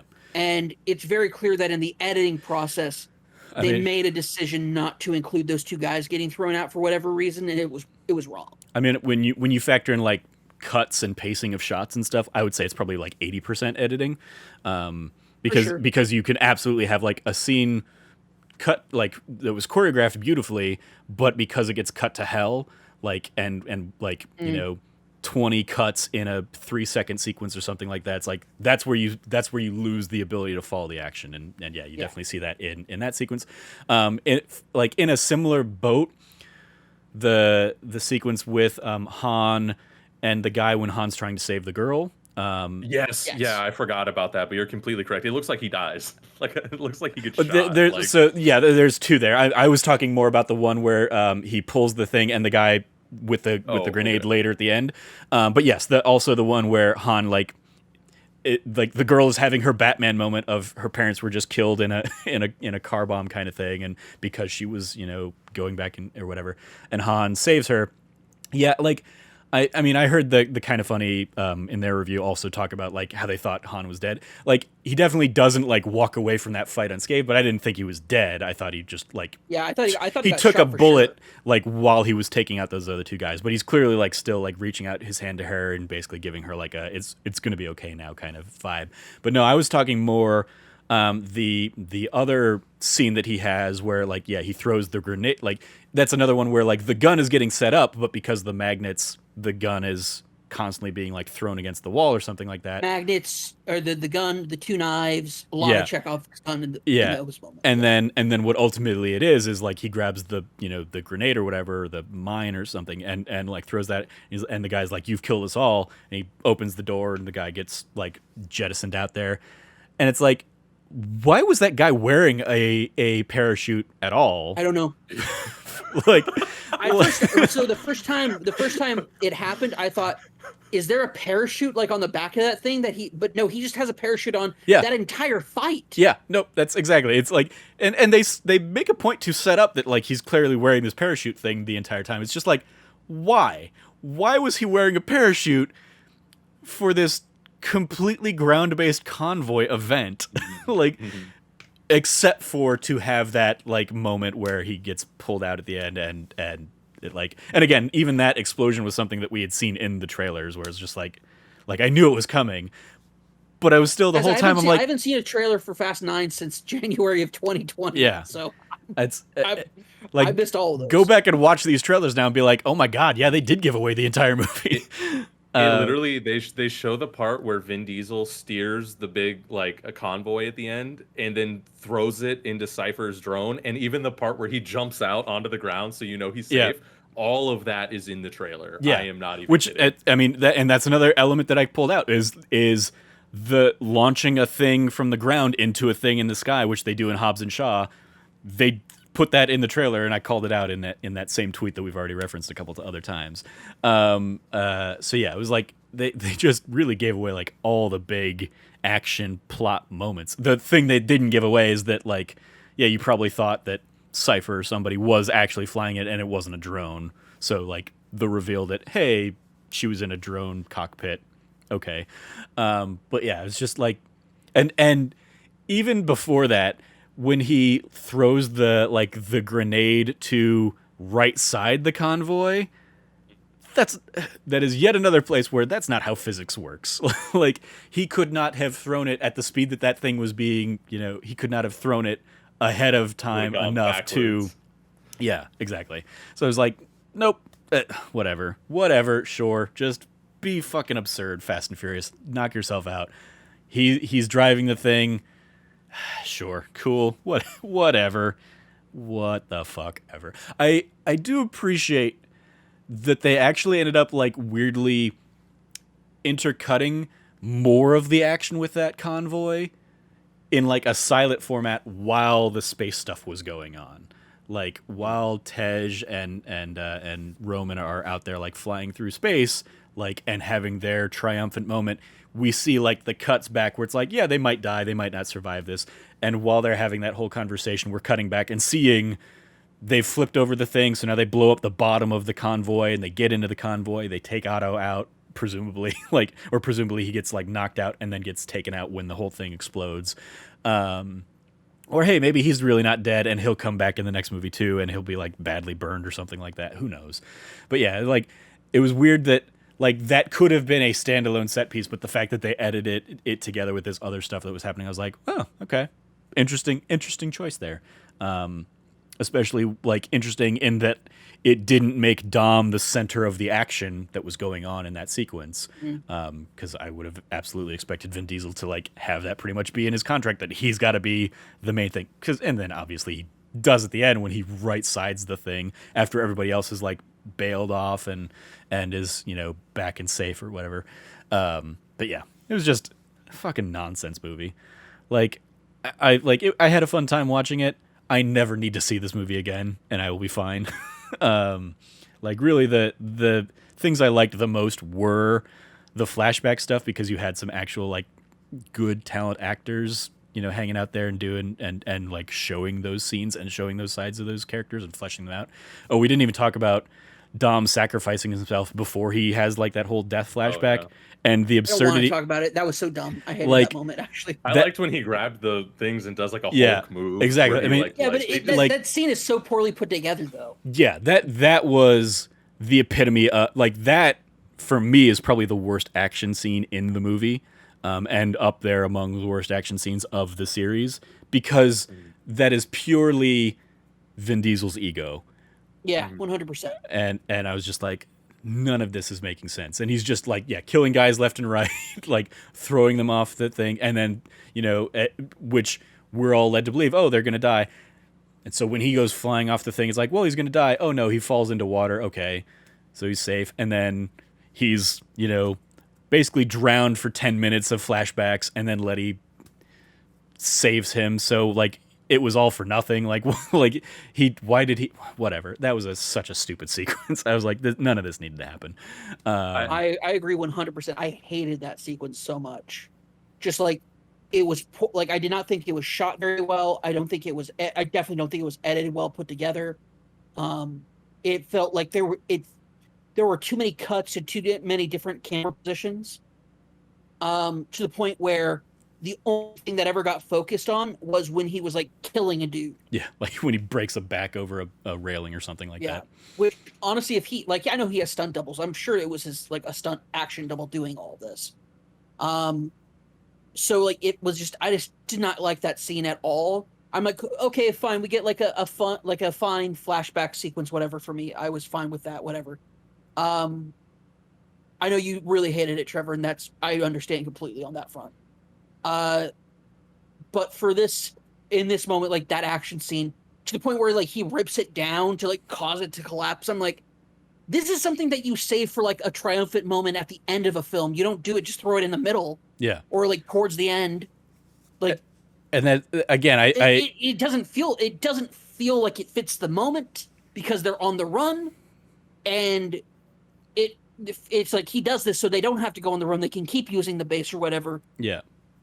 And it's like we know, the audience knows that Dom's not going to die from this. So like whereas like if it had somehow been put at the end of the movie, maybe there's a chance, but like when it's an hour and a half into this movie or something like that, it's like that again is going to Vin Diesel takes this stuff way too seriously, and so like that whole thing felt like a Vin Diesel wanting to put that into the movie. To give his character a big moment because The Rock has had big moments and stuff like that, and wants to be better than The Rock, and so like that's what I'm referring to when I say like Vin Diesel is making these movies worse because of how seriously he's taking some of these things. That is the epitome of that sentiment that I had there. Frank, you know what? I actually like retconning my previous thing here. I'm coming around to it. I agree. Well, on that front, with that kind of like context to it, I 100% agree with you. Yeah. Like this moment, like that moment that's an example of that. 100%. It was just so unnecessary, and like Dom doesn't like do that. Like he doesn't do that. Yeah. Like that's a The Rock thing. Mm-hmm. That's a Hobbs moment. Of like doing guys, it's not a Dom moment. Yeah. So it just felt weird. I felt watching a different movie. And I remember thinking, like, did I miss like a transition to a completely different film? But Frank, anything to add on that sequence? Yeah, I agree with a lot of pretty much what you guys had already said, and I also agree with you. I think that is why that is in the movie, and I know he has a lot of creative control over the franchise at this point, and that's even why The Rock is not in the main franchise either. And so it's like I think that's kind of unfortunate because sometimes I wonder if he didn't have that position, I wonder if we would just be getting better movies or what, because like I think there's a lot of good in the movie, but I don't think the good particularly comes out of Vin Diesel's head. Like I don't think he was sitting there saying, yeah, bring everybody from Fast 1 back in a flashback, you know. But I think he is the guy who's like, yeah, I want to fight 15 guys in a room while like my love interest screams my name because like I'm gonna die, and then like I'm gonna sacrifice myself, but I'm not gonna die because like I'm the hero of this franchise. Yeah. but it's on the flip side, I will say though, because I think I agree with even the way it's like shot and obviously what everything it means in the middle of the movie. But on the one hand, there was definitely some parts there where Vin Diesel was just fucking some guys up, and I was like, yeah, fucking get him. Like when he picks that dude up, when a big dude just picks some dude up and slams him around, it's like, and he just fucks those guys up, like. I like that, but I do agree with. I think Cam had a really good point where he's like, that's not necessarily like a Dom Toretto moment. Like Toretto will fuck people up, but I feel like they put him in these like one-on-one big dude fights, or like where he fights The Rock, or he fights like the UFC dude from Six, like, or John Cena. I kind of going off of that. I think that would have been a cool John Cena moment. Not the exact same setup, but even if there was like a point where the soldiers flipped on him, and instead of fighting one big soldier, if you watch John Cena take out a room of like 20 people, that could have been that thing where you'd be like, oh wow, like Jacob is not somebody to fuck with, and I don't know if Dom can fight him, you know? Yeah. Like that would have been like a cooler, and that could have been a middle of the movie set piece, you know? Like that would have been a thing. Instead of a very shoehorned abrupt betrayal at the end that like the twist of like Otto letting Cypher out happened completely off screen. Like we knew it was probably going to happen, but like the fact that gets like revealed in that way was just like, that's weird. It's like we've obviously been talking about the prequels over on the Star Wars prequels over on that D Plus show, and that sequence or this sequence in Fast 9 very much feels like George Lucas has too much power and nobody's telling him no kind of thing. With Vin Diesel in this in place. I'm sure we'll get more of those as the series continues, because Vin Diesel be crazy. It's like 10 and 11. Can we talk about the craziest moment though? Sure.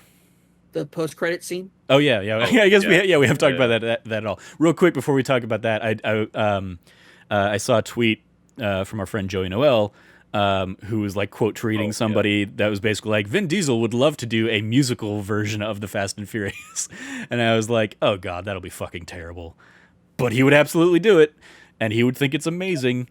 So here's hoping that somebody actually says no to that. We'll watch it when it comes out. If it comes out on film, we'll see it. I might actually I might actually not. I might actually be like, no, I'm not. I want those 2.5 hours of my life.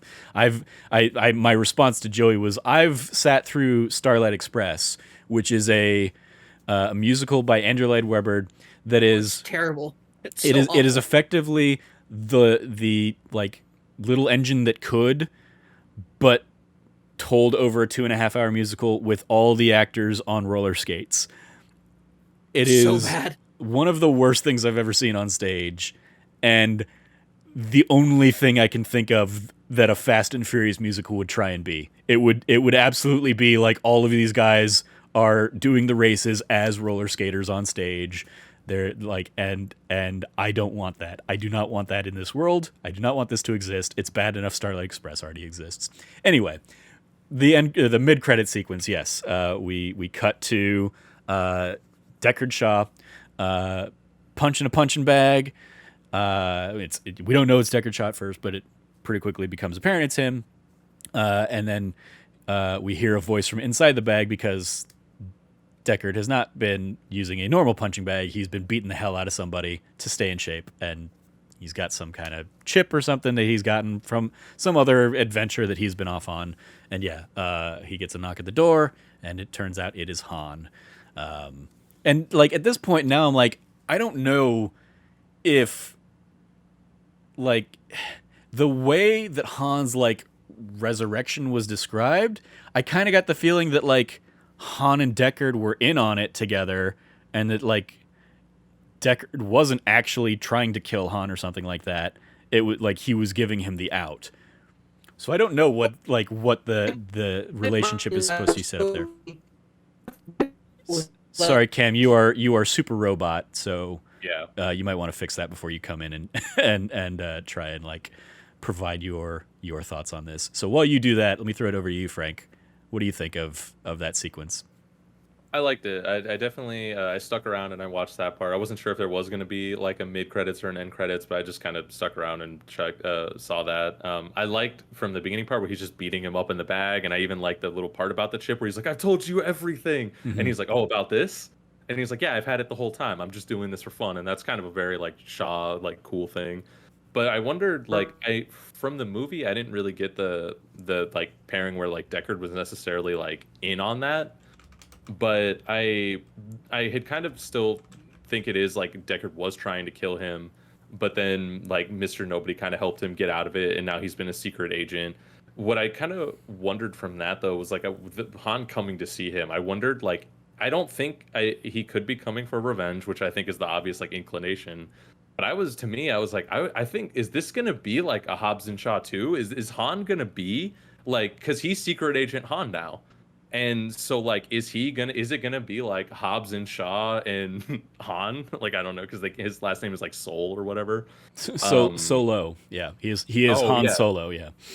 yeah. So like that could be totally his thing, right? Like, I wonder if he's gonna be like a component or in it. And I mean, it could just be a fun, dumb thing for the fans, who want to see them come together. Because like, just as much as you want to see Dom and Lucas Black and everybody hug Han, that's like the interaction where he's like, "Hey, so you killed me. Like, what's the deal with that? But you also didn't." So I wonder, I think that's gonna be weird because I think they're obviously gonna squash that beef and these characters are gonna be friends. But it is kind of weird how it is almost gonna be like that super artificial, like, well, we have to be friends because this franchise is about family, even though Yeah. you tried to kill me and you didn't get away, or like, all that kind of fun shit. Yeah, yeah. We'll see how that all plays out. Or maybe Shaw was working for Jacob at the time, and because the whole thing was like Jacob went rogue or whatever. He was a rogue agent. But yeah, we'll see where that all falls. Cam, let's see if you're back with us. Am I back? Can you guys hear me all right? Yeah, Yeah. yeah. You seem to be good. So, Okay. So what did you think of that closing mid-credit sequence? A lot of agreement with Frank. I loved it. I thought it was great. I did not think that Shaw was in on it. I thought for sure Shaw thought that he killed him, especially with the way that he was like trying to blow up Toretto. It was all synchronized at that same moment. Felt very much like that sets up Shaw as like a very dangerous villain.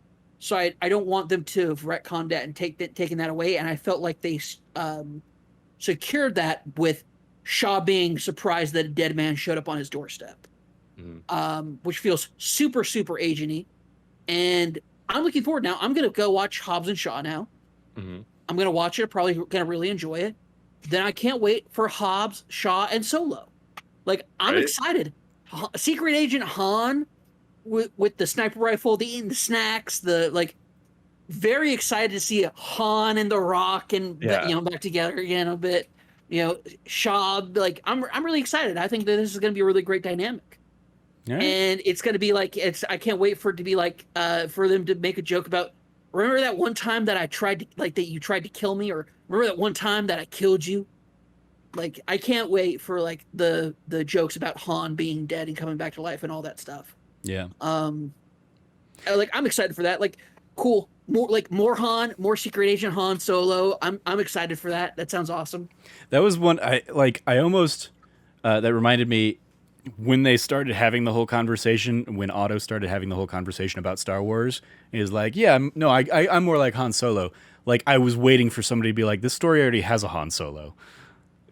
It's not you. Especially because like he has already been reintroduced, that like on the footage or whatever, that he's related to the key somehow. But yeah, I'm very curious to see where they go with that, like, mid credits tease.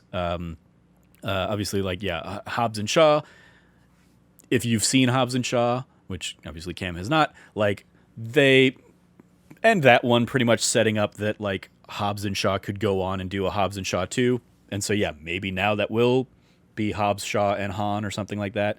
I would, like, given Hobbs and Shaw, given the animosity between like Vin Diesel and The Rock and stuff, or like the core cast and the Rock or whatever, like, I don't anticipate they would go that route.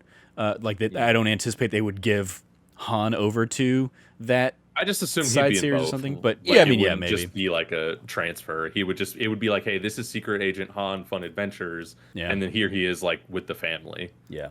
We'll see. Which Like, also, I or mean, maybe the adventure is them finding that Giselle's still alive and getting her back or something like that. And where does that fit into the larger Fast and Furious franchise? Whatever. that'd be awesome. I don't think they've announced anything past the fact that like they're planning on a Fast 10 and a Fast 11 to like close out the core series. So yeah, I don't know like if Universal's going to come out here in the next week or so and be like, "Hey, we're working on a prequel series with all these new actors that you saw in that, and also, you know, we're going to have, you know, a Han and Shaw team up movie, because you could also bring in, you know, the other Shaw brother. Oh yeah. So you could have Luke Evans come back in whatever role that for is. that. I really love Luke Evans' character. Yeah, I mean, like I think the Kind of Funny guys mentioned this, but like the idea that there are now like so many families in the family, like you have the Shaw family, you have I mean, like even Hobbs has like his daughter that gets introduced in Hobbs and Shaw, as well, because Shaw also isn't Ryan Reynolds in Hobbs and Shaw? yeah. This is already great, man. Let's like It's a good movie. Ryan Reynolds like and Han in the same movie. Give it to me, please. Thank you. I mean, yeah, we'll see. Yeah, but like, so because you have like Shaw with, what, like Owen Shaw, Deckard Shaw, Helen Mirren, as well as the woman from, what's her name, Kirby or something, who's the sister in Hobbs and Shaw, but then you have all of the Toretto family. You have Brian and Mia, obviously, and then you have like the ancillary characters in the core family kind of unit. But like, yeah, there's still, so they can do a fun mixing and matching at this point in many different permutations, and it'll be interesting to see what they decide to do moving forward. I just look forward to really Fast 10, your seatbelt being the tagline for the next one. Yes. If it's not the title entirely. It would make as much sense as F9, the Fast Saga, being the title of this movie. So who knows what they're going to do with that. But I have no idea what the timetable is for any of this stuff either at this point. I imagine we're a few years away from the next movie. Yeah. It's weird to think that this is a series that has been going on for like 25 years. And like they definitely still need to do more to call out the fact that this all started with them stealing DVD players. And now they're international spies and shit like that. So the thing that saves the day in the last film, Toshiba DVD player. I mean, like I kind of keep waiting for somehow it to come full circle and do something with that. Yeah. The final villain, the man whose Toshiba DVD players were being used to smuggle drugs. Sure, Frank. Yeah. I can't wait for 11 to end with this like end game moment where all these portals open and all the different families come together, and then one of the portals cars come out. Yeah, and then one of the portals could be like the truck with all the DVD players. There you go. Jesse like, in his Kia yeah comes driving through. Yeah. All right. Well, I think that'll do it for our extensive spoiler cast episode here on F9: The Fast Saga. A very absurd, stupid movie, but fun for what it is. It's definitely not trying to like change the world as much as Vin Diesel might think it is. Everybody else is like, you know, aware enough to know that it's not. What was your last thought there, Frank? Sorry, I was just wondering if you had heard, kind of based on what you said about Vin Diesel, did you hear how he was talking to someone about how the Dom and Letty relationship is one of the best relationships in cinema history? And they also specifically use the word cinema. No. Because it's gone over 20 years and across all these movies, and she's died and come back to life. They didn't say that, but I feel like that was part of it. I mean, like, I definitely, as I was thinking about it, I like one of the trailers or the ads that they're showing for the movie now are somebody was quoted as saying like, this is the best film franchise of our time, and I'm like, you're a fucking moron. whoever that pull quote is from is a fucking moron. I mean, yeah, maybe, yeah. The MCU exists in our life. Exactly. That's the greatest cinematic tapestry potentially in history. Even considering how many films there are. Even Batman Begins and The Dark Knight and Dark Knight Rises is a better film series than the Fast and Furious saga, but whatever. Fucking people will say they're nonsense to be a pull quote in an ad, sure. Anyway, that's going to do it for this episode of That Nerdy Site Show. Thank you guys for joining me to talk about Fast 9 and the Furious saga. We'll see where we go from here, because I mean they've been to space, so it seems like that IGN prank from a April Fool's joke from a number of years ago that was a Fast and Furious / Back to the Future crossover just has to be inevitable at this point. Like somehow Earl is wearing a Marty McFly outfit in Germany. True. Yeah, that's true. He's just gonna suddenly like send them back in time accidentally, and we're gonna see all these worlds crossing over, and it's just gonna be utter bonkers nonsense. And they're gonna do the Back to the Future thing where they use old footage, and that's how we get Paul Walker back in the series, and we're gonna see things from a different angle, and yeah, it's put it in the bank. It's happening. That is going to do it for this episode. Thank you guys for joining me. Let us go around the table with any metaphorical plugs we have. Metaphorical table with any real plugs we have. You can follow Cameron at Rev Cabot. Anything you want to give a shout out to there, Cam? Yeah, I want to give a massive shout out first to Trevor for this is actually funny enough. Actually, I have to admit, this is the first Fast and Furious film I've ever actually seen in theaters. Oh wow! I've been streaming them or Fast and Furious. So at the time, I would not have to watch PG-13 movies, and so I had to watch Fast and Furious having been edited by a clean films company on VHS. Which is a thing unto itself. So it was just a 4-minute movie of them sliding the truck open and looking at all the DVD players in the movie. No, here's the thing. It's totally like not edited at all. Like some swears, I guess, are like edited out, but that's it. Like yeah, the film's not like particularly like intense. Yeah. In regards to content wise. So massive shout out to Trevor for taking me out for that. Very excited. First film I've seen going back to theaters in a regular capacity, so that was great. And I will also say massive shout out to and make sure to give a plug here for That Nerdy Site right now. Trevor and Logan are doing Operation Tango. Their Let's Play series on that has been great. So yeah, just massive shout out to that. Check out our other stuff there as well. And yeah, look forward to more content from us. Cool. You can follow Frank at Irrelevant Jokes. Anything you want to give some love to there, Frank? Yeah, just a quick shout out to our other podcast, That D Plus Show. As I think I brought up on this show too, we're doing the Summer of Star Wars right now, and at this point we are up to the prequels. So the last episode was The Phantom Menace, and this next week is going to be Attack of the Clones. So I don't mean that to scare anybody off from the podcast, but I mean it's still a good time, and I think it's an interesting discussion just to hear what everybody has to think about those. Oh yeah, I sat down. I might have car trouble this week. There you go. Yeah, yeah. Logan conveniently missed last week's episode for Phantom Menace. I already sat down and watched Attack of the Clones in advance of this week's show, and I'm just like, oh my god, like, yeah, we're gonna have stuff to talk about at least. It's like even the bad ones, we can, much like we did for a lot of this episode, kind of talk about like the just nonsense that is in those movies. So it's definitely a fun summer project we're doing, our Summer of Star Wars. So yeah, come check that out. Good shout out there, Frank. You can follow me at Trevor J. Starkey, and I will pretty much echo all those things. Just kind of, you can keep everything locked at the website or youtube.com/thatnerdysite is where all of our video versions of our podcasts go up, as well as the Let's Plays and everything that we put up there.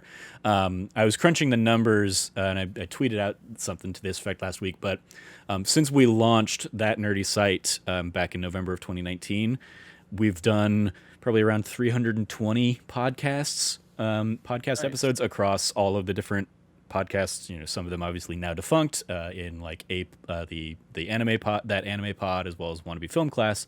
But yeah, it's like realizing that I have helped produce over 300 podcasts and been on at least 250 of those episodes in the last year and a half is like, oh yeah, I've definitely been busy. So thank you to everybody who has tuned in for any of those and helped us. It's been a ton of fun. You can follow all of us over at That Nerdy Site. Once again, if you liked what you heard, please remember to rate, review, like, subscribe, share the podcast with your friends, all that fun stuff. And once again, if you do feel so inclined, you can always support us on Patreon, patreon.com/thatnerdysite, where every patron gets early access to a monthly bonus episode of this very show. Thank you again for listening. As always, stay nerdy and be good to each other. And, I don't know, Fast 9, Rev. I don't got friends. I got family. Sure.